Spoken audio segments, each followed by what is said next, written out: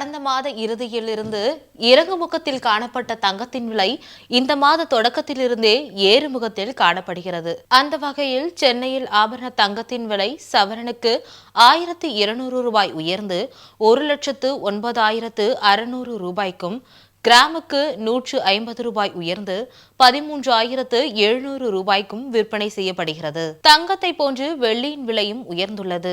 அந்த வகையில் 1 கிலோ வெள்ளியின் விலை 5000 ரூபாய் உயர்ந்து 2,60,000 ரூபாய்க்கும், கிராமுக்கு 5 ரூபாய் உயர்ந்து 260 ரூபாய்க்கும் விற்பனை செய்யப்படுகிறது.